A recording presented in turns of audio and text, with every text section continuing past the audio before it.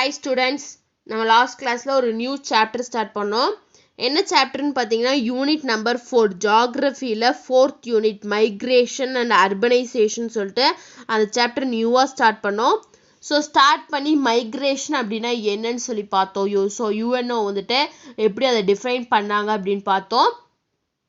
Next reason for மைக்ரேஷனுக்கு என்னென்ன reasons பார்த்தோம். Pull factors and push factors சும்மா பிக்டோரியலில் பார்த்தோம்.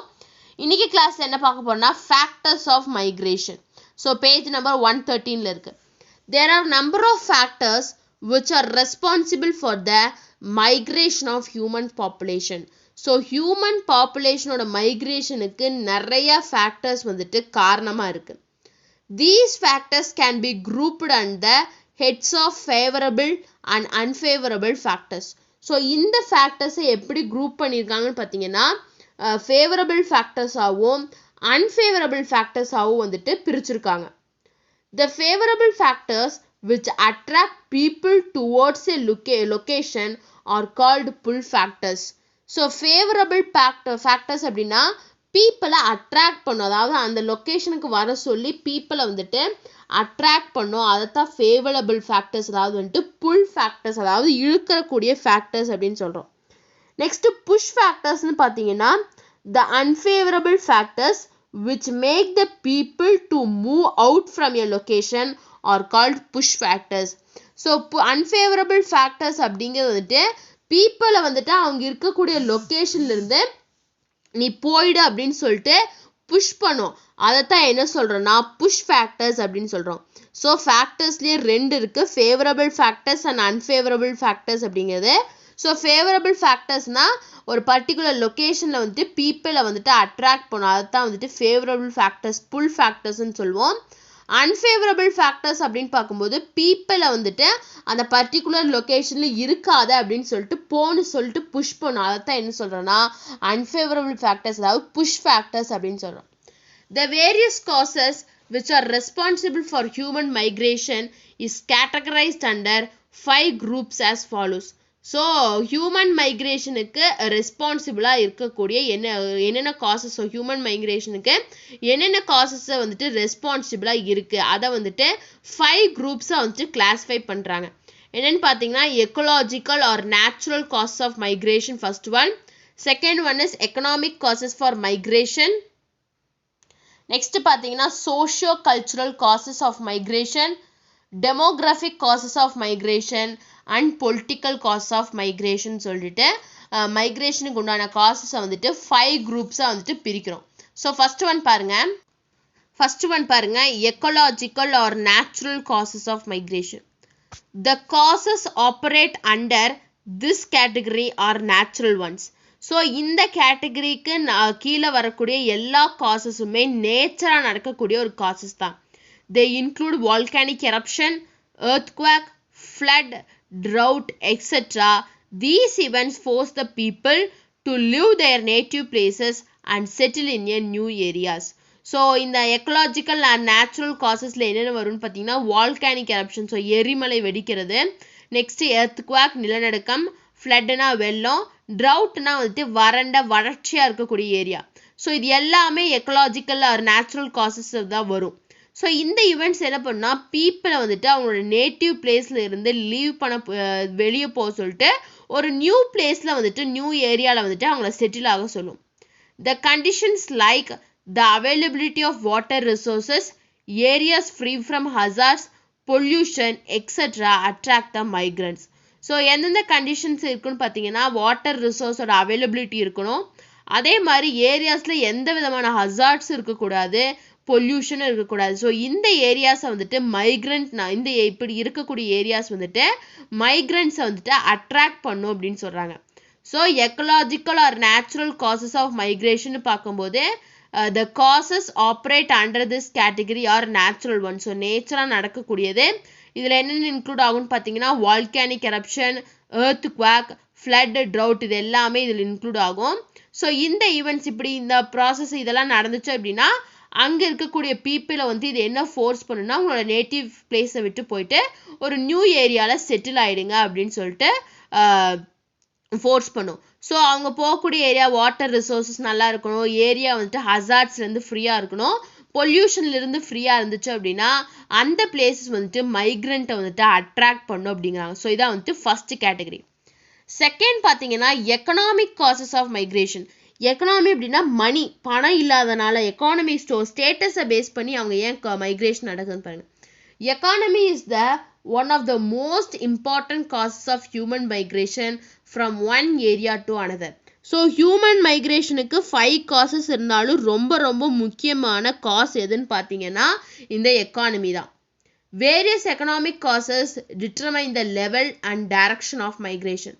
ஸோ எக்கனாமிக் காசஸில் நிறைய என்ன டிட்டர்மைன் பண்ணுதுன்னா அந்த மைக்ரேஷனோட லெவலையும் அதோட டைரக்ஷனையும் வந்துட்டு டிட்டர்மைன் பண்ணுது.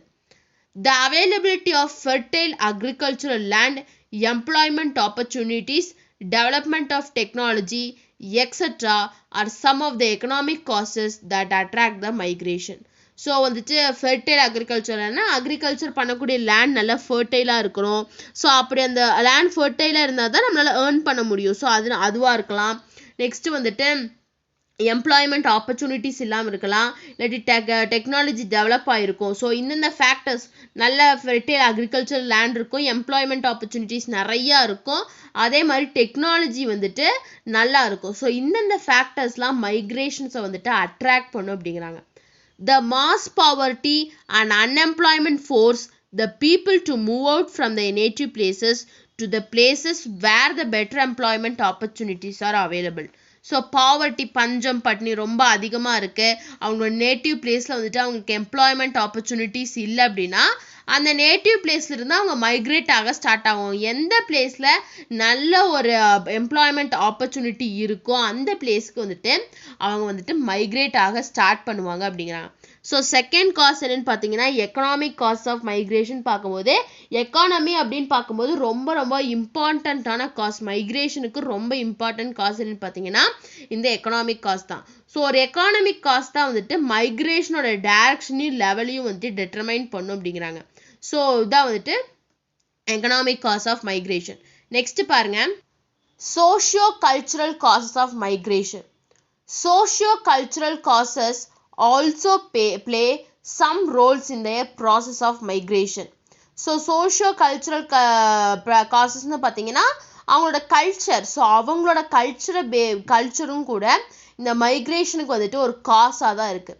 Migration of woman after marriage and migration associated with pilgrimage or based on the socio-cultural customs.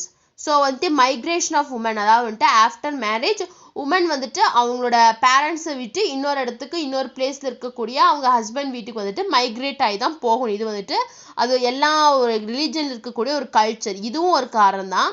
அதே மாதிரி பில்கிரிமேஜுக்காகவும் வந்துட்டு அதாவது வந்துட்டு கடவுளை நோக்கி பயணம் பண்ணுவாங்கள்ல, பில்கிரிமேஜ் சென்டர்ஸை போவாங்கள்ல, ஸோ அதுக்காகவும் இந்த மைக்ரேஷன் வந்துட்டு இருக்கும். ஸோ இது எல்லாமே அவங்க கல்ச்சரில் இருக்கக்கூடிய ஒரு கஷ்டம் தான் அப்படின்னு சொல்கிறாங்க. அதான் சொல்கிறாங்க தேர்ட் காஸ் என்னன்னு பார்த்தீங்கன்னா socio cultural cause. So socio cultural causes also play an important roles in the process of migration. Migration of woman after marriage and migration associated with pilgrimage and based on the socio-cultural customs. Next cause என்னன்னு பார்த்தீங்கன்னா demographic cause of migration. In demographic sense, the population composition like age and gender, overpopulation and underpopulation are the major causes of migration. So demographic senseல பார்த்தீங்கன்னா populationோட composition, அவங்களோட age and gender, அதே மாதிரி over பாப்புலேஷனா இல்லை under பாப்புலேஷனா அப்படிங்கிறது வந்துட்டு மைக்ரேஷனுக்கு ஒரு major காஸாக வந்துட்டு இருக்கு. It is well known fact that adults are more migratory than any other age groups. So வந்துட்டு இது எல்லாத்துக்கும் தெரிஞ்ச ஒரு ஃபேக்ட். அதாவது அடல்ட்டு தான் வந்துட்டு அதர் ஏஜ் குரூப் பீப்புள்ஸை கம்பேர் பண்ணும்போது அதிகமாக மைக்ரேட் ஆகிறாங்க யாருன்னு பார்த்தீங்கன்னா இந்த அடல்ட்ஸ் தான். Woman mostly migrate after their marriage. So women வந்துட்டு மோஸ்ட்டாக அவங்களோட மேரேஜுக்கு அப்புறம் தான் அவங்க வந்துட்டு மைக்ரேட் ஆவாங்க. Generally over population is considered as the push factor and underpopulation to be the pull factor in contest of migration. So generally overpopulation இருந்துச்சு அப்படின்னா அதை push factor கன்சிடர் பண்ணுவோம், அண்டர் பாப்புலேஷனாக இருந்துச்சு அப்படின்னா அதை வந்துட்டு புல் ஃபேக்டராக வந்துட்டு கன்சிடர் பண்ணுவோம் அப்படிங்கிறாங்க. ஸோ ஃபோர்த்து காஸ் என்னன்னு பார்த்தீங்கன்னா டெமார்ஃபிக் கிராஸ் ஆஃப் மைக்ரேஷன் பார்க்கும்போது பாப்புலேஷனோட காம்போசிஷன், அவங்களோட ஏஜ், அவங்களோட ஜெண்டர், ஓவர் பாப்புலேஷனா இல்லை அண்டர் பாப்புலேஷனா அப்படிங்கிறது வந்துட்டு மைக்ரேஷனுக்கு ஒரு காரணமாக இருக்குது. நமக்கு எல்லாத்துக்கும் தெரிஞ்சதான் அதர் ஏஜ் குரூப்ஸை விட அடல்ட்ஸ் தான் வந்துட்டு ரொம்ப மைக்ரேட் ஆகிட்டே இருப்பாங்க. உமன்ஸ் வந்துட்டு மோஸ்ட்டாக மேரேஜுக்கு அப்புறம் தான் வந்துட்டு மைக்ரேட் ஆவாங்க. ஜென்ரலாக வந்துட்டு ஓவர் பாப்புலேஷனை வந்துட்டு நம்ம புஷ் ஃபேக்டர்னும் அண்டர் பாப்புலேஷன் வந்துட்டு புல் ஃபேக்டர்னும் வந்துட்டு இது கன்சிடர் பண்ணுறோம் அப்படின்னு சொல்கிறாங்க. நெக்ஸ்ட் ஃபிஃப்த் வந்துட்டு பார்த்தீங்கன்னா political causes of migration. Various political causes like colonization, wars, government policies, etc. have always been playing an important role in human migration from time to time. So நிறையா political causes, அதாவது கொலோனியலைசேஷன்னா rule பண்ணுற ஆட்சி முறை அவங்களுக்கு கீழே இருக்கணும்னு நினைக்கிறது, அதே மாதிரி வாரு இல்லாட்டி கவர்மெண்ட் பாலிசிஸ் எல்லாமே வந்துட்டு ஒரு இம்பார்ட்டன்ட் காஸ் தான். அதாவது பீப்புள்ஸ் வந்துட்டு ஒரு இடத்துல இருந்து இன்னொரு இடத்துக்கு மைக்ரேட் ஆகி போகிறதுக்கு இது எல்லாமே ரொம்ப இம்பார்ட்டண்ட்டான காஸ் தான் அப்படிங்கிறாங்க. Wars have been on the significant causes of migration since ancient time. So ancient டைம்லலாம் பார்த்தீங்கன்னா வார் மட்டும்தான் வந்துட்டு ஒரு சிக்னிஃபிகண்ட் காஸ், மைக்ரேட் ஆகி போகிறதுக்கு ஒரு சிக்னிஃபிகண்ட் காஸாக வந்துட்டு இருந்துச்சு அப்படின்னு சொல்கிறாங்க. ஸோ இதெல்லாம் தான் வந்துட்டு causes for migration.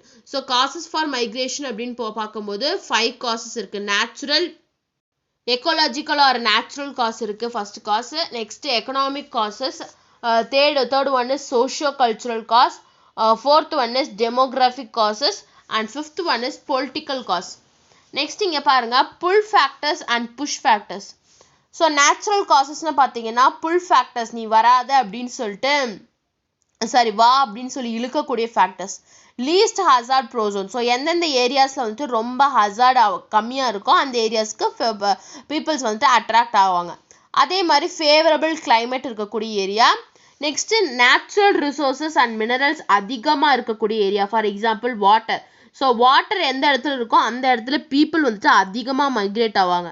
So natural காசஸ்னு பார்க்கும்போது புல் ஃபேக்டர்ஸ்னு பார்க்கும்போது ஹசார்ட் ப்ரோசோன், எங்கே ஹசார்ட்ஸ் கம்மியாக இருக்கோ, ஃபேவரபிள் கிளைமேட் எங்கே இருக்கோ, அதே மாதிரி நேச்சுரல் ரிசோர்ஸஸ் எங்கே அபிடண்ட்டாக இருக்கோ அந்த இடத்துக்கு பீப்புள் வந்துட்டு அட்ராக்ட் ஆவாங்க. புஷ் ஃபேக்டர்ஸில் பார்க்கும்போது ஹசார்ட் ப்ரோசோன்ஸ், அதாவது வந்துட்டு எங்கே அதிகமான ஹசார்ட்ஸ் இருக்கோ அது. நெக்ஸ்ட்டு கிளைமேட் சேஞ்சுன்னு பார்க்கும்போது ஒரு எக்ஸ்ட்ரீம் வெதர் இருக்கும், அதாவது வந்துட்டு ஹீட்டாக ஒரு பிளேஸில் இருந்துச்சு அப்படின்னா அவங்க கூல் பிளேஸை தேடி மைக்ரேட் ஆகிடுவாங்க. அதே மாதிரி crop failure and scarcity of food. So அவங்களோட கிராப், அவங்க போடக்கூடிய கிராப் வந்துட்டு ஃபெயிலியர் ஆகிடுச்சு, அவங்களுக்கு ஃபுட்டுக்கு வந்துட்டு ஸ்கேர்சிட்டியாக இருக்குது அப்படின்னா அவங்க மைக்ரேட் ஆகி தான் போவாங்க. ஸோ இதான் வந்துட்டு natural causes. Next economic cause பாருங்க. புல் ஃபேக்டர்ஸ் வந்துட்டு பொட்டன்ஷியல் ஃபார் எம்ப்ளாய்மெண்ட் ஆப்பர்ச்சுனிட்டிஸ் நிறையா இருக்கக்கூடிய பிளேசஸுக்கு பீப்புள் வந்துட்டு மைக்ரேட் ஆகி போக தான் செய்வாங்க. இது வந்துட்டு புல் ஃபேக்டர்ஸ். புஷ் ஃபேக்டர்ஸ் பார்த்தீங்கன்னா அன்எம்ப்ளாய்மெண்ட், அவங்க இருக்கக்கூடிய பிளேஸில் வேலை வாய்ப்பே இருக்காது, ஸோ அதனால அவங்க இன்னொரு இடத்துக்கு மைக்ரேட் ஆவாங்க. நெக்ஸ்ட் காஸ் என்னன்னு பார்த்தீங்கன்னா socio cultural cause. So social unification. So pull factors வந்துட்டு சோஷியல் எங்கே வந்துட்டு எல்லோரும் ரொம்ப யூனிட்டியாக இருக்காங்களோ அங்கே வந்துட்டு இவங்க வந்துட்டு போவாங்க. ஸோ புஷ் ஃபேக்டர்ஸ் பார்த்தீங்கன்னா சோஷியல் டிஸ்கிரிமினேஷன்னா அவங்களோட ஏஜிவோ, அவங்களோட கேஸ்டிவோ, அவங்களோட ரிலீஜனோ வச்சு அவங்கள டிஸ்கிரிமினேட் பண்ணுவாங்க. ஸோ அப்படி டிஸ்கிரிமினேட் பண்ணும்போது அவங்க வந்துட்டு இன்னொரு ரீஜனை தேடி மைக்ரேட் ஆக தான் செய்வாங்க. ஸோ அதான் வந்துட்டு socio cultural cause. Next demographic காஸ்ன்னு பார்க்கும்போது புல் ஃபேக்டர்ஸ் வந்துட்டு அண்டர் பாப்புலேஷன். ஸோ எங்கே பாப்புலேஷன் வந்துட்டு கம்மியாக இருக்கோ அந்த இடத்துக்கு பீப்புள்ஸ் வந்துட்டு மைக்ரேட் ஆவாங்க. ஸோ நெக்ஸ்ட்டு புஷ் ஃபேக்டர்ஸில் பார்த்தீங்கன்னா ஓவர் பாப்புலேஷன், எந்த இடத்துல ஓவர் பாப்புலேஷன் இருக்கோ அங்கே பொல்யூஷன் அதிகமாக இருக்கும், ஃபுட்டுக்கு ஸ்கேர்சிட்டி இருக்கும், வாட்டர் ஸ்கேர்சிட்டி இருக்கும், ஃபேவரபிள் கிளைமேட் இருக்காது. ஸோ இதனால பீப்புள்ஸ் வந்துட்டு அந்த பிளேஸ்லேருந்து மைக்ரேட் ஆக ஆரம்பிப்பாங்க. ஃபிஃப்த்து காஸ் என்னன்னு பார்த்தீங்கன்னா பொலிட்டிக்கல் காஸ். புல் ஃபேக்டர்ஸ் பார்த்தீங்கன்னா பொலிட்டிக்கல் செக்யூரிட்டி, எந்த இடத்துல செக்யூரிட்டி இருக்குது, எந்த இடத்துல அவங்க ரொம்ப ஃப்ரீடமாகவும் இண்டிபெண்ட்டாகவும் இருக்காங்க, அதே மாதிரி எந்த இடத்துல வந்துட்டு அர்பன் சர்வீசஸ், அதாவது ஹெல்த் கேர், எஜுகேஷன், டிரான்ஸ்போர்ட், இந்த சர்வீசஸ்லாம் எங்கே அதிகமாக இருக்கோ அதை நோக்கி பீப்புள்ஸ் வந்துட்டு மைக்ரேட் ஆவாங்க. புஷ் ஃபேக்டர்ஸ் அப்படின்னு பார்த்தீங்கன்னா வார், சிவில் அண்ட்ரஸ்ட், எங்கே வார் நடக்குதோ அந்த பிளேஸ்ல இருந்து பீப்புள் போயிடுவாங்க. அதே மாதிரி செக்யூரிட்டி இல்லாத இடத்துல, நெக்ஸ்ட் வந்துட்டு அர்பன் சர்வீசஸே இல்லாத இடத்துல, ஹெல்த் கேர், எஜுகேஷன் இதெல்லாம் இல்லாத இடத்துல வந்து பீப்புள் வந்துட்டு இருக்கக்கூடிய இடத்துக்கு வந்துட்டு தேடி மைக்ரேட் ஆவாங்க அப்படின்னு சொல்கிறாங்க. So these are the push factors and pull factors for migration. So மைக்ரேஷனுக்கு இருக்கக்கூடிய pull factors and push factors. So இன்னைக்கு கிளாஸில் என்ன பார்த்தோம்னா migration, so causes for migration பார்த்தோம். ஸோ நெக்ஸ்ட் கிளாஸில் மைக்ரேஷனோட டைப்ஸ் ஆஃப் மைக்ரேஷன் நெக்ஸ்ட் கிளாஸில் பார்க்கலாம். ஸோ காசஸ் ஆஃப் மைக்ரேஷன் ஏதாச்சும் டவுட் இருந்துச்சு அப்படின்னா கமெண்ட் பண்ணுங்கள். இந்த வீடியோ கிளாஸ் பிடிச்சிருந்தா லைக் பண்ணுங்கள், ஷேர் பண்ணுங்கள், சப்ஸ்கிரைப் பண்ணுங்கள். தேங்க்யூ.